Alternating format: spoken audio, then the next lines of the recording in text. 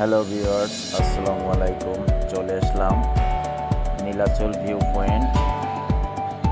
নীলাচল পর্যটক কেন্দ্রের প্রথম সিঁড়ির ধাপে একটি ডিজাইন করে আর্ট করা হয়েছে এবং বাচ্চাদের জন্য পিচ্ছিল খাওয়ার জন্য একটা রাইড তৈরি করা হয়েছে। এখানে বাচ্চারা অনেক বিনোদন করে থাকে এবং বড়দের জন্য আছে ফটোশ্যুটের করার জন্য নীলাচল পর্যটক কেন্দ্র বান্দরবান আছে, শিশুদের জন্য দোলনা, আরও বিভিন্ন রকম খেলাধুলার জন্য এখানে অনেক কিছু আছে পর্বত শৃঙ্গ আছে, চলার জন্য রাস্তা এবং বান্দরবানের সৌন্দর্য দেখে মনোমুগ্ধকর এই পরিবেশ দেখে যা আপনারা অবশ্যই বিনোদিত হবেন। আছে পাহাড়ের চূড়ায়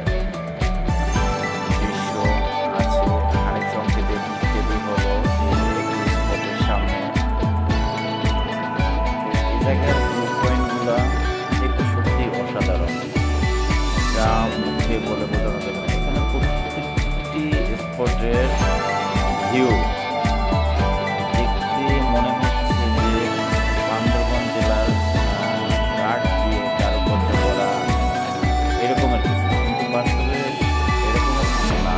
এটা হলো রড সিমেন্ট দিয়ে তৈরি করা এমন একটি ডিজাইন যা খুবই সুন্দর। বান্দরবান নীলাচল রিসোর্টে প্রবেশের মুখে কিছু সিনারি আছে যা খুবই অতুলনীয়। আছে জায়গায় নীলাচলের ভিতরে টুরিস্টের জন্য ঘোরাফেরার জন্য আছে দোলনা, আছে অপরূপ পাহাড়ের সৌন্দর্য, মেঘের খেলা করা, মেঘের রাজ্য, আছে সেলফি পয়েন্ট,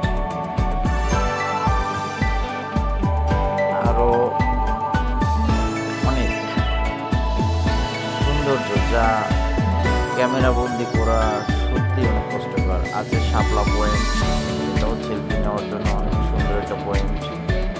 আছে মেঘের সাথে খেলা করে পাহাড়ের মিতালি, বিশেষ করে এর সৌন্দর্য সচক্ষে না দেখলে ভিডিও করে কাউকে বোঝানো সম্ভব না। এর পাহাড়ের উচ্চতা থেকে এর শহরের দৃশ্যটা দেখানো যায় খুবই স্পষ্ট, মেবি অনেক দূরত্বে। আরও আছে আমাদের থাকার জন্য বিশেষ কিছু কটেজ। তো ওই জায়গায় থাকতে হলে দেখা যাচ্ছে কি এগুলো তো একটু উন্নত মানের, বিশেষ করে এই কটেজগুলো থাকতে হলে অনলাইনে বুকিং করে আসতে হয়, তারপর হয়তো বা থাকা যায়। মেবি সরাসরি এসে এই জায়গায় রুম পাওয়া খুবই কষ্টকর, যদি না হয় পর্যটকের চাপ না থাকে। যদি চাপ থাকে তাহলে এগুলো পাওয়াটা একেবারেই অসম্ভব। এই জায়গার কটেজগুলো 2 বেডের, সর্বনিম্ন প্রাইস বলতে গেলে এদের 3500, 4000, এবং এই কটেজ থেকেই আপনি অনেকটা ভিউ নিতে পারবেন। তো বিশেষ করে এর পাহাড়ের চূড়া থেকে এর আশপাশে অনেক সৌন্দর্য, এবং প্রত্যেকটা সৌন্দর্যের ভিতরে সেলফি পয়েন্টের ছবি নেওয়া যায়। তো নিজ চোখে অপরূপ দৃশ্য দেখে খুবই বিমোহিত হবেন। আর বিশেষ করে যে নীলাচলে আপনাকে স্বাগতম, মেঘের রাজ্য, এই জায়গাগুলো থেকে মেঘের রাজ্যের ভিতরে যে কটেজগুলা, জায়গায় আমি রাত যাপন করলে অনেক অনেক লাকি এবং বিউটিফুল প্লেস। এবং প্রত্যেকটা কটেজই বেশ সুন্দর, এবং সেই কটেজ থেকে আপনার ভিউগুলাই দেখলে আপনার মনে হবে না যে আপনার কষ্টটা বা সেই অনুভূতিটা আপনার পিছনে আর ওই মানে কষ্টগুলো কাজ করবে না। এবং কটেজের সামনে দিয়ে গেলে এখানে আছে দোলনা। এই দোলনাগুলা অনেক সুন্দর, হয়তো আমরা অনেক সাথে তৈরি করি। এই দোলনাগুলো ঠিক সেই রকমেরই, কিন্তু একটু ভয়ানক। কোনো ক্রমে যদি হাত পড়ে যান তাহলে নির্ঘাত এর থেকে বেঁচে ফেরার কোনো আশা করা যায় না। তো এটা মূলত মানুষের হার্টের উপর নির্ভর করে এই দোলনাগুলো চলতে হবে। এবং এই জায়গার 5 মিনিটের জন্য মতো মেবি 50 টাকা দিয়ে এই দোলনাগুলো নিতে পারে। 5 মিনিট ব্যবহার করা যাবে। সর্বশেষ কথা হলো জায়গায়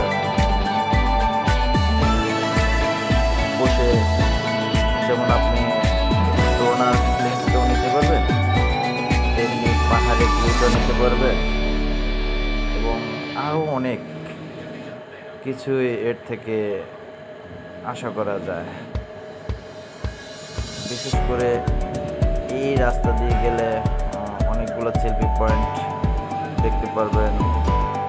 সামনে গেলে আরও কিছু সিঁড়ি আছে, সেই সিঁড়ি থেকে আপনি অন্যান্য পাহাড়ের ভিউগুলো পাওয়া যাবে। দেন সে জায়গা থেকে অনেক সুন্দর। আর এ জায়গায় যেতে বিশেষ করে চাঁদের গাড়ি ভাড়াটা 3,500 টাকার মতো। তো আমরা তো চাঁদের গাড়ি নিয়ে যাই না, আমরা 4 জনের একটা গ্রুপ প্যাকেজ নিয়েছিলাম। সে জায়গায় একটা সিএনজি নিয়েছিলাম। আমরা সারাদিনের জন্য 2800 টাকা। সেক্ষেত্রে আমরা দেবতাকুম ঘুরে তারপরে আমরা এই নীলাচলে আসছি। নীলাচল হাঁটলে এর আশেপাশে অনেক বসার স্থান, তারপরে পাহাড়িদের চুন চাষ, পাহাড়িদের হাতের বোনা তৈরি করা অনেক কাপড় চোপড়, তাদের খাবার।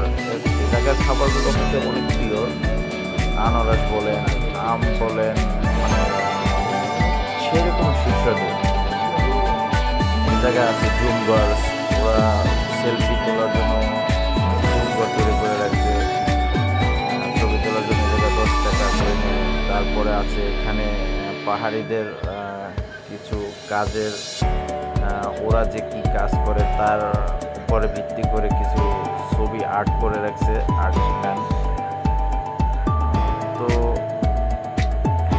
এগুলো হয়তো কি বলে বলেন, তবে আমি কিছু ভিউ নিলাম। সেই ভিউতে দেখা যাচ্ছে যে তাদের কাজটা পুরোপুরি সম্পন্ন হয়নি।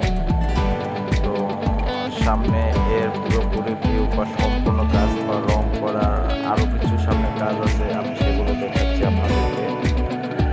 যাই হোক, এগুলো পাহাড়িদের জীবনযাপন করার একটা নকশা বা তাদের চিত্র তুলে ধরা হইল। তো আমি হাঁটতে হাঁটতে আরেকটু সামনে যাওয়ার পরে তাদের সম্পন্ন হওয়া কিছু কাজের ভিডিও দিতেছি। সেটা অনেক সুন্দর, কারণ এগুলো এখন পর্যন্ত আলহামদুলিল্লাহ যেগুলো তৈরি হয়েছে পুরোপুরি কাজ সম্পূর্ণ হয়েছে, সেই ভিডিওগুলো আপনাদের মাঝে তুলে ধরতেছি। তো এই জায়গার কারুকার্যগুলো অনেক সুন্দর, যেমন গরুর গাড়ি, ঢেকিতে ধান বানা, নৌকা, তারপর পাহাড়িদের জীবনযাপন, আদিবাসীদের জীবনযাপন, তাদের যে কাজ, এখানে পাহাড়িদের বাস, তারপর তাদের জুম চাষের জন্য যেগুলা আসবাবপত্র, এই বিশেষ করে তাদের নিয়ে এই দেয়ালে এই অঙ্কনগুলো করা হয়েছে। আর যেগুলো সম্পন্ন হয়নি সেটাও আমি একবারে দিয়ে দিলাম। এগুলোর কাজও আস্তে আস্তে হয়ে যাবে, সম্পন্ন হয়ে গেলে আরও মনোমুগ্ধকর দেখাবে। তো আশা করি খুবই একটা সুন্দর পরিবেশ দিতে পারবে।